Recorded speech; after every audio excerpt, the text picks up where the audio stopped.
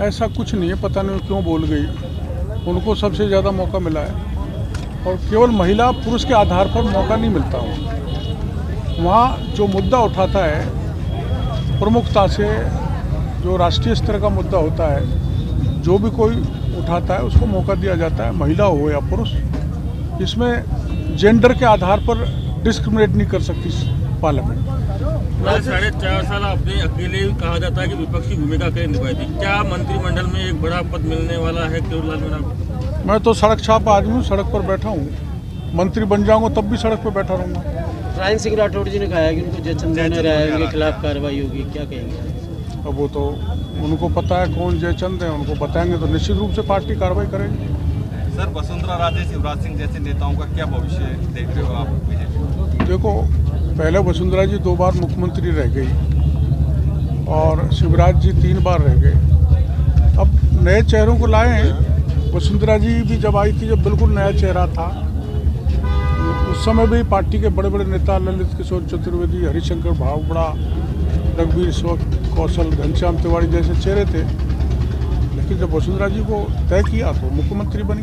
Sir, देश में भी नए चेहरे की आवश्यकता है और मुख्यमंत्री बनी और अब मुख्यमंत्री भजन लाल जी बन गए तो उन्होंने भी स्वीकार किया, पूरी पार्टी ने किया, हमने भी किया। आपको क्या लगता है सर, आपने नए चेहरे की बात की, तो क्या कांग्रेस अगर टाइम पे चेहरा चेंज कर लेती तो सरकार रिपीट हो सकती थी, या जो मन बदलाव है वो ले बैठा कांग्रेस को? कांग्रेस कुछ भी कर लेती, वो सत्ता में नहीं आने वाली थी, क्योंकि चरम पर भ्रष्टाचार था, कानून की स्थिति बहुत बिगड़ी हुई थी, तुष्टीकरण जबरदस्त था और भ्रष्टाचार। गणपति प्लाजा में पैसे मिल रहे हैं, जहां हाथ डालो वहीं रिश्वत, हर पेपर लीक हुआ है। इसलिए अब की बार युवाओं ने बढ़ चढ़ के बीजेपी को वोट दिया है। पेपर लीक, हर पेपर, सब इंस्पेक्टर का भी हुआ, RS का भी हुआ, रीट का भी हुआ, सेकंड ग्रेड टीचर का भी हुआ। SIT भी गठित हो गई है, सरकार बनते ही SIT गठित की गई। तो ये देखो कितनी फौरी कार्रवाई की हमारी सरकार ने। अब SIT उन मगरमच्छों को सिलेक्ट करेगी, उनको जेल के सीटों में भेजेगी जो बच गए थे। ERC भी बड़ा मुद्दा है, 4.5 साल लगातार गूंज रही है। क्या अब लगता है कि ERC पे कुछ फैसला होगा या बात होगी? ERCP हमारे क्षेत्र के लाइफलाइन है। माननीय मुख्यमंत्री जी को मैं मिलूंगा, उनसे कहूँगा कि इसको गति पकड़ाई जाए। वसुंधरा जी आप बराबर से हो गया, अब आप मिलके के राजस्थान में क्या नया? वसुंधरा जी तो मुख्यमंत्री रह चुकी है, मैं तो नहीं रहा, तो बराबर से कहाँ हो गए? नेता प्रतिपक्ष की बात करें तो आपको क्या लगता है कि नेता प्रतिपक्ष और उप नेता प्रतिपक्ष किसको बनाया जाना चाहिए? कांग्रेस, मेरी समझ में तो सचिन पायलट को प्रतिपक्ष का नेता बनाया जाना चाहिए। क्यों लगता है ऐसा कि आपने जैसे 4 साल मेहनत की थी, क्या वैसे वो मेहनत करेंगे? नहीं, यूँ नहीं, उनका एक स्टेचर है, PCC चीफ रहे हैं और 2 बार सांसद रहे हैं और हमारा लगाव, क्योंकि हमारे इलाके का आदमी है, तो लीडर ऑफ द अपोजिशन हमारे इलाके का हो तो सरकार से मिलकर कुछ ज़्यादा काम करें। 25 सीट दे दो तो आपको क्या पता मुख्यमंत्री बना दे? ऐसा नहीं है, हमारे परफॉर्मेंस सब मिलके करते हैं। मैं अकेला 25 नहीं जिता सकता, मैं तो 1-2 जिता सकता हूँ। सब हमारा जो स्टेट लीडरशिप है मिलके मोदी जी के नाम पर सारी सीट जिता के भेजेंगे। बहुत जल्दी हो जाने वाला है, जैसा हमें आभास हो रहा है। आज शपथ ग्रहण पूरा हो जाएगा, आज स्पीकर का भी चुनाव हो जाएगा, तो 2-4 दिन में मंत्रिपरिषद का विस्तार होने की संभावना है। किस प्रकार का रहेगा? बहुत जोरदार रहेगा। नयों को मौका मिलेगा या आप? नयों को ज़्यादा मौका मिलेगा। अमित शाह जी ने कानून में बदलाव किया है इस तरह का, तो क्या वाकई इसमें देश में काफी फर्क पड़ेगा? इस IPC वगैरह बिल्कुल पड़ेगा, क्यों नहीं पड़ेगा। आवश्यकता थी समय की। और एक तो राजद्रोह होता है और एक देशद्रोह होता है। राजद्रोह आप जानते हो, उसका दुरुपयोग होता था राजद्रोह के नाम पर। हमने कोई आंदोलन किया, कोई सरकार के खिलाफ टिप्पणी, कलेक्टर के खिलाफ या किसी बड़े अधिकारी के खिलाफ, वो राजद्रोह का मुकदमा पुलिस दर्ज कर लेती। अब उससे पीछा छोड़ेगा और ये अब देशद्रोह का जो काम करेगा उसके खिलाफ ही कार्रवाई होगी। लोकतंत्र है तो यहाँ इस तरह के तुगलकी फरमान जैसे सऊदी अरब में ऐसे होता है कि साहब फांसी लगा दो, तो क्या इस तरह का ये इंडिया में चलेगा? ये चल रहा था, पहले चल रहा था। मैंने कोई सभा की, सरकार या प्रशासनिक अधिकारी के खिलाफ बोल गया तो तुरंत राजद्रोह दर्ज कर लिया जाता है। अब उस परिभाषा में जो देशद्रोह करेगा वही मुलजिम बनेगा, हर एक को नहीं मुलजिम बनाएगा। वो तो मेरे को भी नहीं बुलाया, पार्टी किस दृष्टि से बुलाती है, ऐसा कुछ नहीं है। सर कल आप पीठासीन थे, राजस्थानी भाषा को लेकर क्या करना चाहिए? देखो ऐसा है, जो कोई भी भाषा अपन संसद में बोलना चाहे या विधानसभा में बोलना चाहे वो 8th शेड्यूल में शेड्यूल नोटिफाई होनी चाहिए, शेड्यूल्ड होनी चाहिए। तो हिंदी, अंग्रेजी और संस्कृत शेड्यूल्ड है, तो उन्हीं में शपथ ले सकते हैं, दूसरी भाषा में नहीं ले सकते। आगे मिल पाएगी मान्यता, कुछ ऐसे प्रयास किए जाएंगे? अपन पूरा राजस्थान प्रयास करेगा तो राजस्थानी भाषा 8th शेड्यूल में नोटिफाई हो जाएगी। धन्यवाद। देखो सर, एक सवाल और पूछूंगा, राजस्थानी राजभाषा को हमेशा एक मान्यता की एक बात कही जाती रही है, हमेशा मुद्दा रहा है।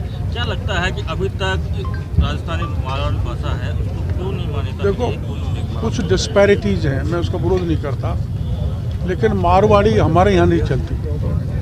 हमारे ठाडी ब्रिज की भाषा चलती है, वो हाड़ौती में नहीं चलती, शेखावाटी में कम चलती है। तो पर्टिकुलर एक एरिया है, तो पूरे उसको कैसे मतलब एक्सपर्ट कमेटी एक बनाई जाए और उस भाषा को मैं तो कोई बात होगी तो सीधा ही कहूँगा तू खा जा रहा है, और वहाँ कहेंगे तो कोड़ जा रहा है। तो ये फ़र्क भाषा का है, तो इस पर एक एक्सपर्ट कमेटी बैठा के राजस्थानी भाषा को शेड्यूल में जोड़ना चाहिए। और जहाँ भी जिस ढंग की भाषा बोलते हैं, जिसे अपन ब्रिज बोलते हैं आमतौर पर, ठाडी है, तो वो पूरे सबकी स्टडी करके एक्सपर्ट से राय लेकर राजस्थानी भाषा को 8th शेड्यूल में डाला जाना चाहिए। ये एक बहुत बड़ा संवैधानिक पद है, और एक संवैधानिक पद पे किसान का बेटा बैठा है, इसलिए इंडिया अलायंस के लोग उनका उपहास कर रहे हैं, मजाक कर रहे हैं। ये जगदीप धनखड़ का उपहास नहीं है, ये देश के लोकतंत्र का उपहास है, संवैधानिक पद का उपहास है, उपराष्ट्रपति पद का उपहास है। इसके लिए इंडिया अलायंस और विशेषकर राहुल गांधी को माफ़ी मांगनी चाहिए देश से।